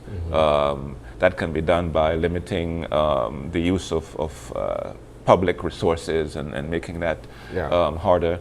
And then there's public financing, which some countries do well. And you were mentioning it, where some countries actually have public resources. And in the case of some, they get private donations to this public fund, and their public resources goes into it. And that fund is used to support political parties on a more equal level, including smaller parties. And then you have your reporting and your sanctions and your disclosure. So a mixture of these is what countries usually do to regulate money in politics. And so we recommend what we think would be, and it's a hybrid, a good mix for Belize. And we think that, first of all, we have to ground regulation of political parties and political finance in the Constitution as a sort of anchor and normative basis for having what we would call a standalone act for political regulation. Here's a question, Doc. So you've gone through all the pains of researching and putting this document together, including the suggestions and recommendations that come at the end of it, that for all intents and purposes are meaningful. However, do you believe that in this particular case, the two mass parties are even paying attention to that with a view to actually do something on their end? Because I've always been cynical and skeptical when it comes to things of politics and party politics. Cause one a black dog and the other one a monkey, nothing really changes, right? It's my opinion. But people will look at that and say, well, good job as an academic, this was well put together, and then they just leave it on a shelf and say, well, we are continue as is, maintain the status quo. I'm sure that a lot of that will happen, not being realistic. But I would say this, Belpre is going to be sharing this this week with the Minister of Governance, Karim Musa, later today, and then with the Prime Minister later in the week, and then with the Leader of the Opposition early next week. And basically selling it as, look, politicians have been saying for 30 years plus that they want this to happen. In fact, we have been hearing the complaint more from individual politicians that I can't take the level of demand. We need to do something about the demands we have every week. And I've heard the Prime Minister say, and other politicians, Leader of the Opposition, say that they want to see something on political finance, but it's too difficult. So here is a blueprint. Here are some ideas. Let's build around this. But yes, the two major political parties will be as the report said, the two major groups that have to be convinced that this is possible and that we can do this, and that takes some public, not only information, but some public advocacy. And in that regard, we have presented this report to the National Trade Union Congress of Belize, the Belize Chamber of Commerce and Industry, and also the Belize network of NGOs. The idea there is for these groups that have been also advocating for political finance regulation to be the ones that take up the public aspect of increasing the demand for having some sort of regulation. Let's pause there for a second. We need to take a quick commercial break, and when we come back, we'll continue our conversation with you. Guys, stay tuned.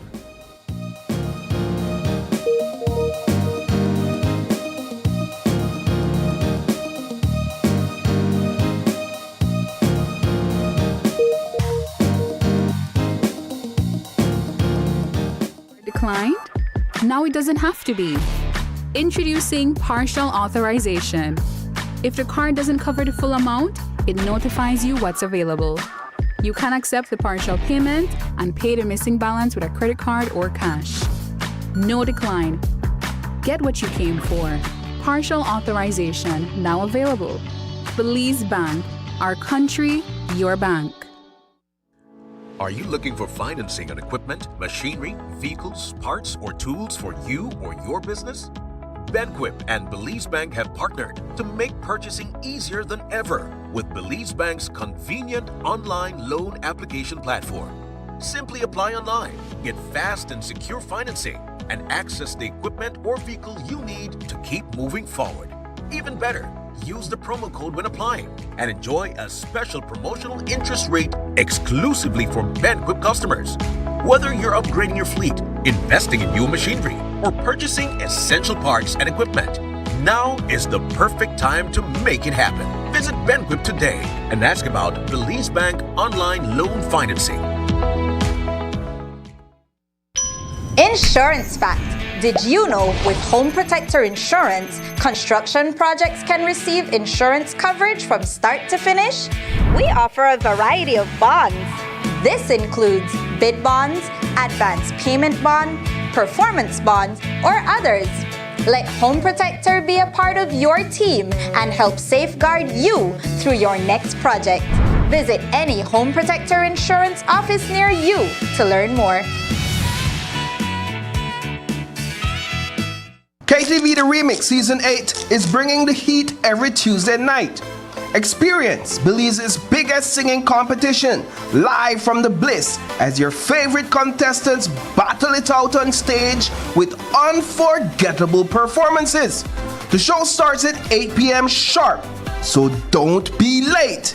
Get your tickets today at Greater Belize Media on Coney Drive or 88 Shopping Center and come be a part of the excitement. KTV The Remix Season 8, where Belize's next superstar takes the stage. See you every Tuesday at 8 p.m. only on GBM. Life moves fast. Your connection should keep up. Need more credit? More data? A flex bundle that fits your lifestyle? With Smart Prepaid, they're a prepaid option for every lifestyle and budget, making it easy to stay connected wherever you are. Because with Smart Prepaid, you can connect on your terms. Purchase credit, data, flex bundles, prepaid plans, and all your favorite prepaid services at any Smart agent, Smart showroom, or simply dial *100# key. No stress, no waiting. Just fast, easy, convenient ways to stay connected every day. Smart Prepaid. Connect on your terms.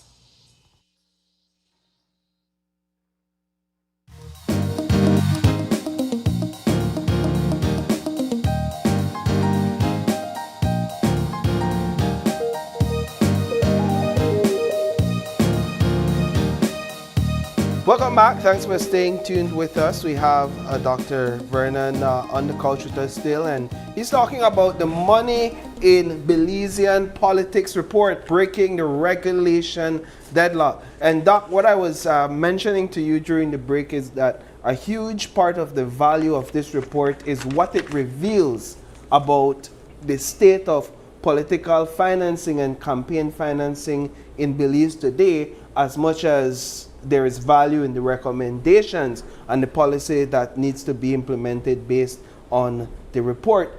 Does this report find, or did your research find, that illicit funds, illegal funds are being used to fund or finance political parties in Belize?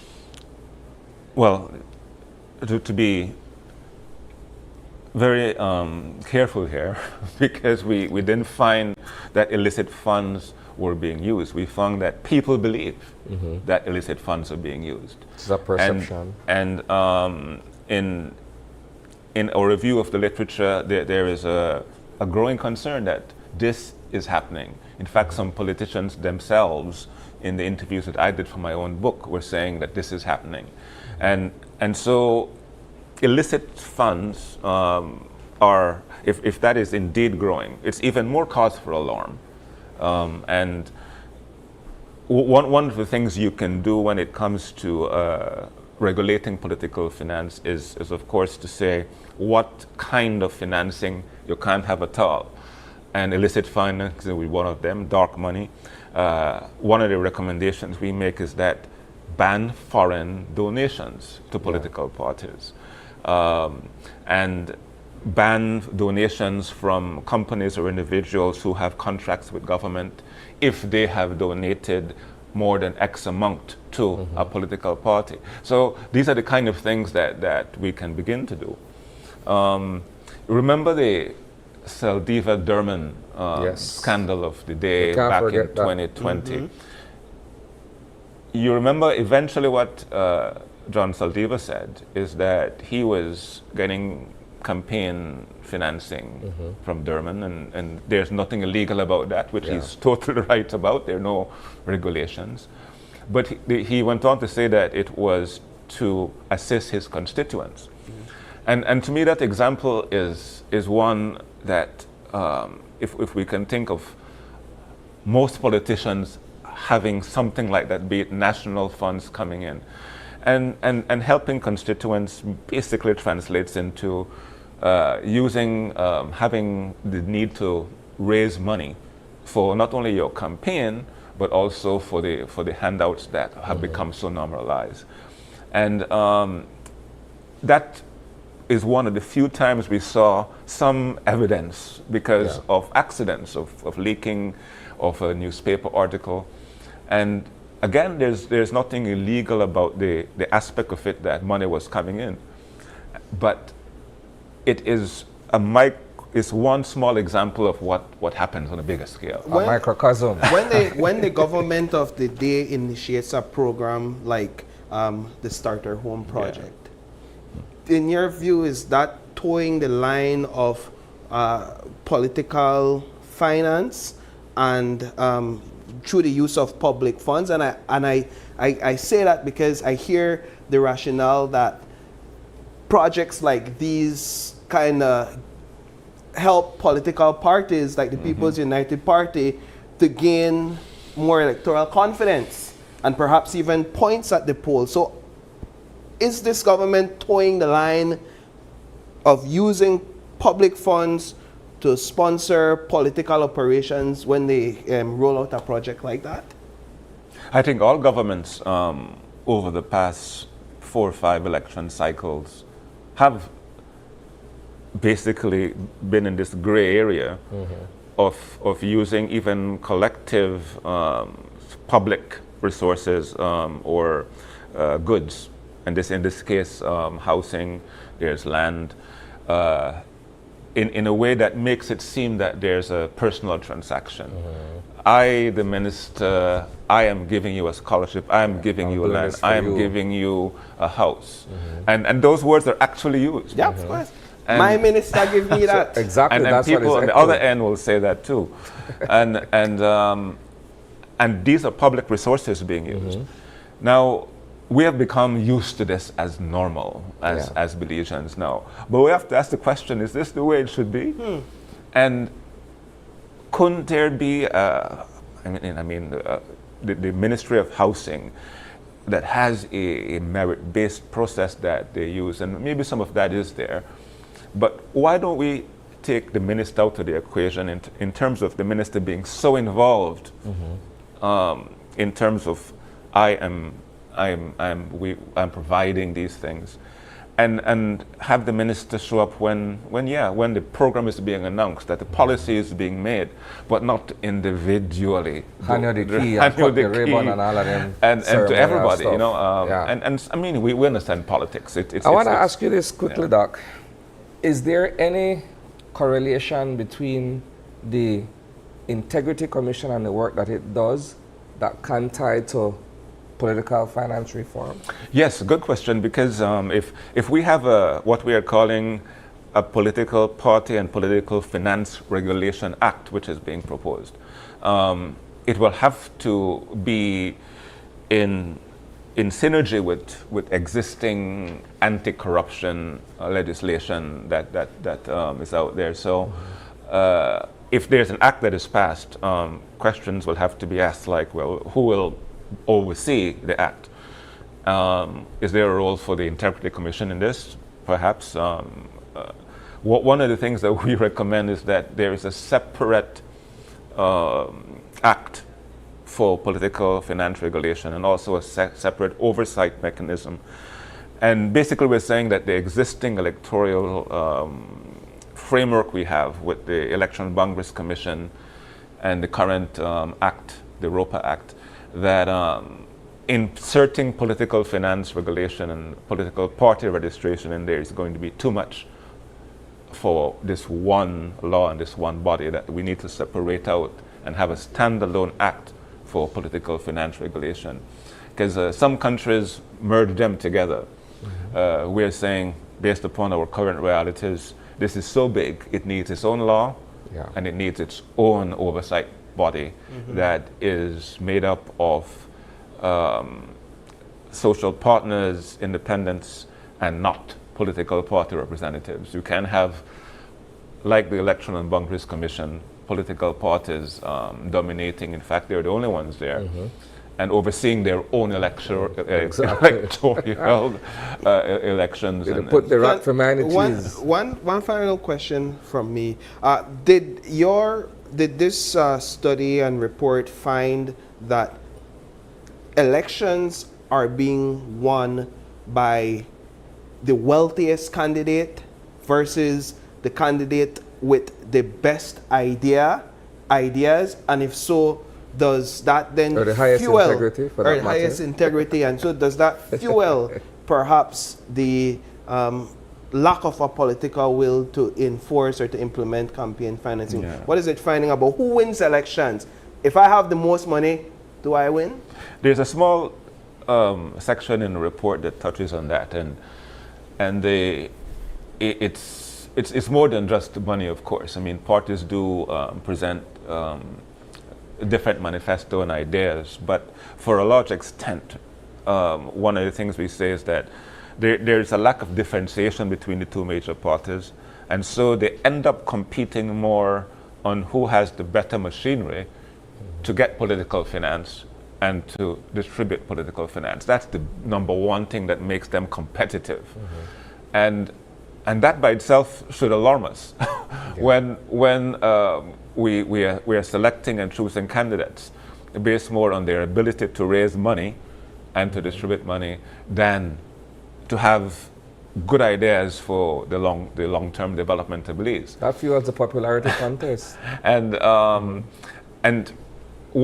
the end of the day, I think when it comes to this question of difference between the two parties, we have political finance eventually having diminishing returns on political parties' fortunes, where because of the messiness, the corruption that happens when political finance is unregulated, a party in power will eventually have problems with scandals. Yeah.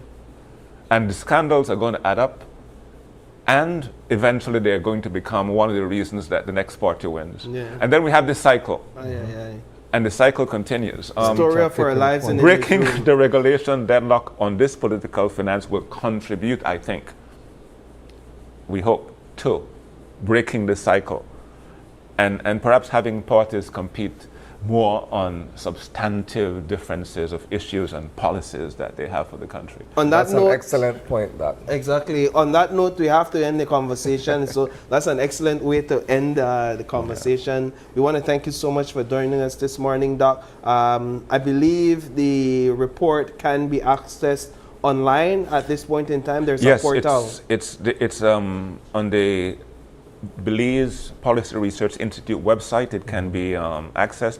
We sent a code to your QR code to your newsroom. Okay. And I can't leave without thanking the University of Belize for supporting Belpre and its office, its staff. And this report is an example, I think, of the National University of Belize working for Belize, because Belpre is part of the University of Belize. Excellent. Thank you so much. With that, we're going to take another quick break, and when we come back, it's all about the Tech Time for Read program. Stay tuned. We'll be right back.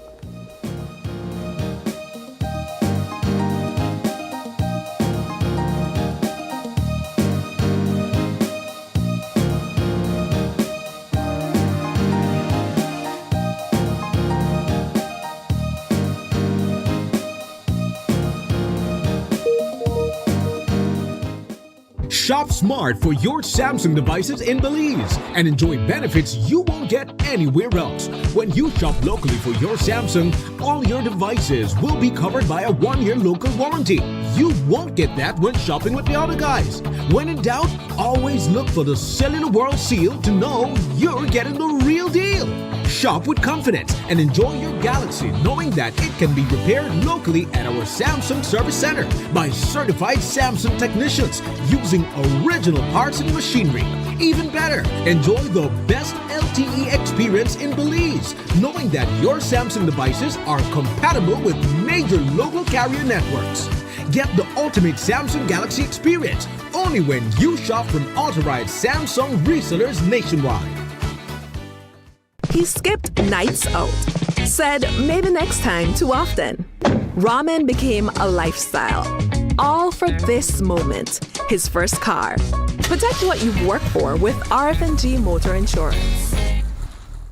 Before our grid reached across Belize, it was built by generations of Belizeans committed to connecting communities and powering progress. Through the hands, the dedication, and the vision of our people, The grid grew with Belize. A nation built through strength and resilience, and a network built pole by pole. Today, that responsibility continues, strengthened by every hand that follows, each generation building on the last and carrying forward a shared responsibility, serving communities, powering schools, hospitals, businesses, and homes, supporting a nation that continues to grow. Belize Electricity Limited, built to serve, serving Belize.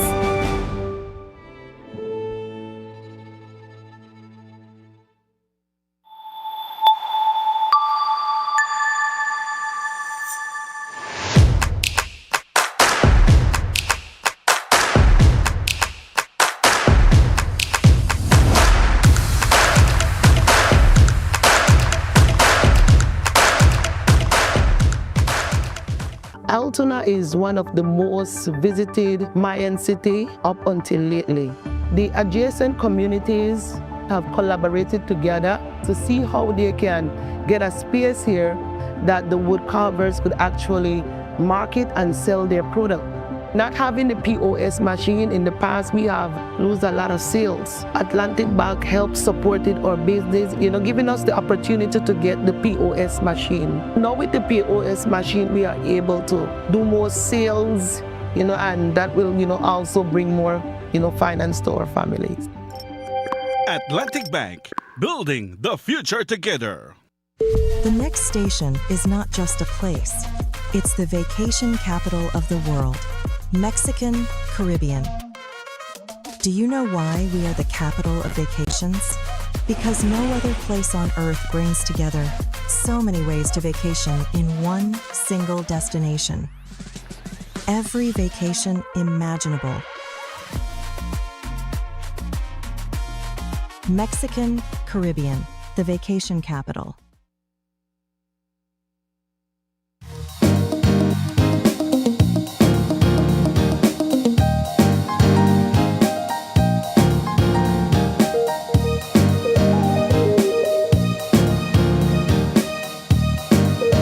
Welcome back. Thanks for staying tuned with us. This is our final conversation for this morning. It's an exciting one. We have some young, passionate readers on set with us. It's all about the Tech Time for Read book fair. And we have joining us on set a founding member of the fair, Mr. Johnny Brisenia, not to be mistaken with the Prime Minister. We have on his side, Mr. Javan Waite, who's a member of the planning team for this event. We also have Ms. Michaela Ferrofino, also a member of the planning team, and Naya Shal, who's also a part of the planning team for this event. Ladies and gentlemen, good morning. Good morning. It's a pleasure having you all on set. It's a pleasure to be here. I'm excited because people like say young people not like read, right? People like say all the young people that are deep on their phone and TikTok. And I sure want to participate in it as well. But you all seem to enjoy reading. Where does that passion for reading come from for you young people? Mine's in particular wasn't stemmed from an extremely young age, but I remember back in second form in high school, they had put us to read Percy Jackson the Lightning Thief, right? Mm-hmm. And man, that book completely changed my love for reading. I just love the mythological aspect of it. And from there, all my books going forward were almost completely mythology-based or history-based. And anybody else wants to chime in quickly just to say where your passion came from? Well, my passion came from, it was in primary school, but after high school that reading kind of fade away due to just friends and just rather doing your own stuff. But it grew back. Okay. So when I first started in primary school, it was more like Back to the Treehouse type of books. And then after the years of high school, it's more like self-improvement books, getting the information to just be a better human being, and also how you can represent your community better. Ladies? No rush. No, mine was definitely from my childhood. My dad, he definitely instilled that love of books since he himself, he loves reading. Growing up, in his office, he'd always have a bookshelf packed with books. And I'd go in there and I wouldn't read his books, his ones are kind of boring. But definitely that's where it came from, his love of books, and then, you know, I started finding my own books that I liked. Michaela? Me personally, I think that movies weren't enough for me. I think they are so like predicting. I just think that books is different each time you read a different book. It's not the same thing over again. So let me share my love for reading and love of reading with you guys as well, right? So as a child, much like you, Naya, my dad had a collection of books, an entire library in his room where you have everything from religious books to science, you name it, and even fiction, right? And I realized very early on that there's a difference between me watching something on television which is being fed to me in the manner in which they want versus me using my own imagination to create spaces and places where words describe, and in my mind I'm seeing it. And I would want to argue that for anybody who has found that passion, it builds your ability to express yourself. You have a wealth of words where you could draw from, where you could use to explain what you're trying to say and things like that, right? But you're constantly competing against television and other forms of media where they're taking that imagination away from you. They're taking that love for language away from you as well. Now, with this particular program, Take Time to Read, how are you guys trying to rekindle that or trying to introduce that to a younger audience of readers? Well, our main mission is to make reading fun. So we don't want it to stay, especially for like primary school students, we don't want it to stay only in the classroom. We want this to be, we want them to use this as their pastime instead of maybe going on a tablet.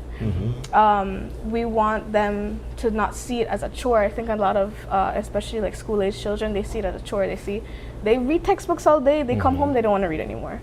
And our book festival, we do it every year. We try to make it as interactive as possible. We try to make it fun reading-based games, colors. You can come in and you can actually trade your own books for a new collection. And we want to foster a mindset of creativity and curiousness. We want this generation coming to find a whole different world in their books. And I think that's what we're trying to achieve through our book festivals. Yeah, I find it so cool that you all have been able to build a community around reading as young people. It still blows my mind that you all are doing this, right? And you're in front of me showing proof that you all are doing it. In terms of the features of this festival, Mr. Briseño, what else can you add? So in terms of the features for this festival, it's very interactive, I would say, because as a parent and the child walks into the civic center or seeing, the whole decorations, all the decors and everything that we have set up, it's actually, our main goal is to make reading fun. So by doing so, we make different games, we do different activities, such as face painting, we would do arts, and also kids can make their own, the book stamps. So basically when you want to place your page that you want to remember, you make your own book stamps, you create it, you create your own specific art. It brings a very imaginative and also interactive activity for the kids to know that, hey, this is fun, this is way better than the phone. I mean, the phone, you can't really draw art personally with your hands, engaging your five senses within it. By doing these and engaging it and having the parents' interaction with them, it grows a bond. And this is our main mission, to grow a bond with parents, with kids, and to just grow their intellect in a whole. Yeah. So, just to you, Michaela, I think it's one thing to have a love and a passion for reading, and you could keep that to yourself. What makes you, or why do you think it's important to share that passion with others and kind of foster that love in other youths?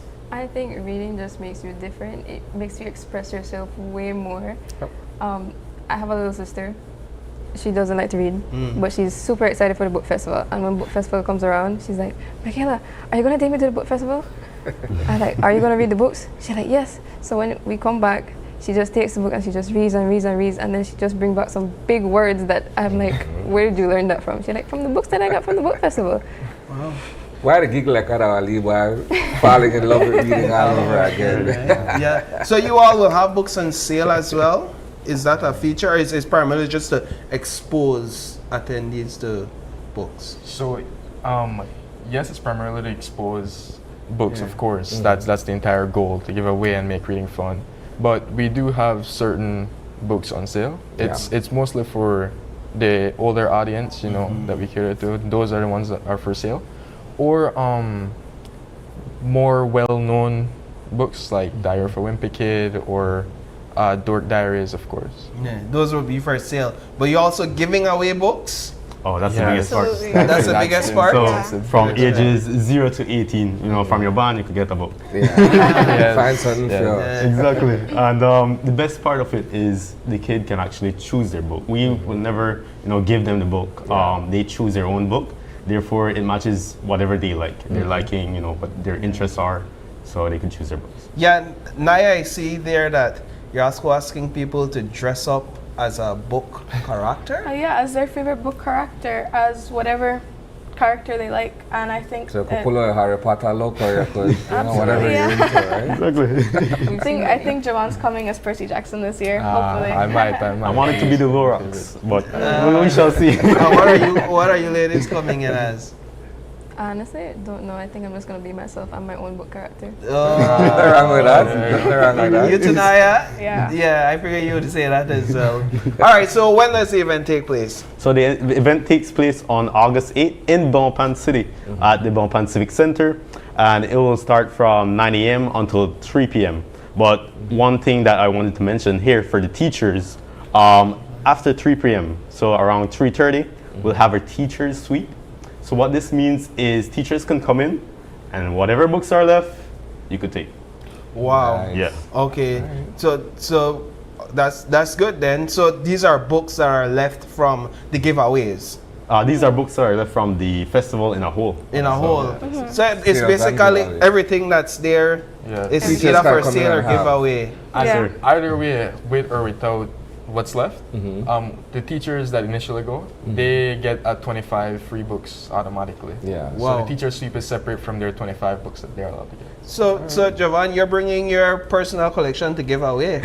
That's a hard ask. I know, it's so hard to let go of it. I've had it for years, you know, and I always say I'm gonna put it back into the program where I got it from. I can't. Imagine. But there's okay, so for some of us, it's difficult to break up with either the music that we love or the books that we enjoy reading or what have you. Even though, like, I'll use myself as an example. If I've read a book once, I won't return to it. I've read it and I move on. But I find it difficult to give away the book just as much. I rather have it on a shelf and I know that I've read that book or that I've read that author's entire bibliography and just leave it there and stare at it than to give it to someone who may not make the same use of it. Is that how you feel, Javon? That is exactly how I feel. Oh man, whenever I see someone not taking care of a book the way it should properly be, or like it just maybe 2 days ago, my little brother was fondling with my books, and I was like, no, please, you're gonna damage it. Because I don't know, I take real pride in them, and I really love them. The author in particular, Rick Riordan, I have almost all his collections, and Excellent. Nice. All right, so it's the 5th annual Tech Time for Read Book Festival. It's all going down inside the Bonpan Civic Center. What date again? So it'll be on August 8th. August 8th. So that's 2 weekends from now, technically, next weekend. All right, well, we want to encourage you all to continue to read and continue to share your passion and love for reading. And thank you so much for joining us this morning. Thank you for having us. Thank you for having us. No problem. All right, Tisani, so it's about that time where we wrap up the show this morning. It's July 29, 2026. And if you're celebrating a birthday, we'd like to say happy birthday to you. If you're celebrating an anniversary, if you're having any sort of celebration today, you're probably having a day off and you're celebrating that. Congratulations to you, and we celebrate with you. But if you have a birthday shout out, any questions, comments, or concerns, you can always send us an email at oye@greaterbelize.com. You can also catch us live on Facebook every single day at Open Your Eyes BZ, or Instagram for all the behind the scenes highlight and content. That's OYE Belize. We even have TikTok. You could follow us on TikTok at openyoureyes.bz. And if you don't have enough with all of that, you could WhatsApp us. Yes, we have a WhatsApp number. That's 675-2555. But tomorrow is Thursday, so be sure to join us tomorrow when you open your eyes to start your morning right. Until then, be sure to keep your eyes, your mind, and your hearts wide open. See you tomorrow, Belize. Take care.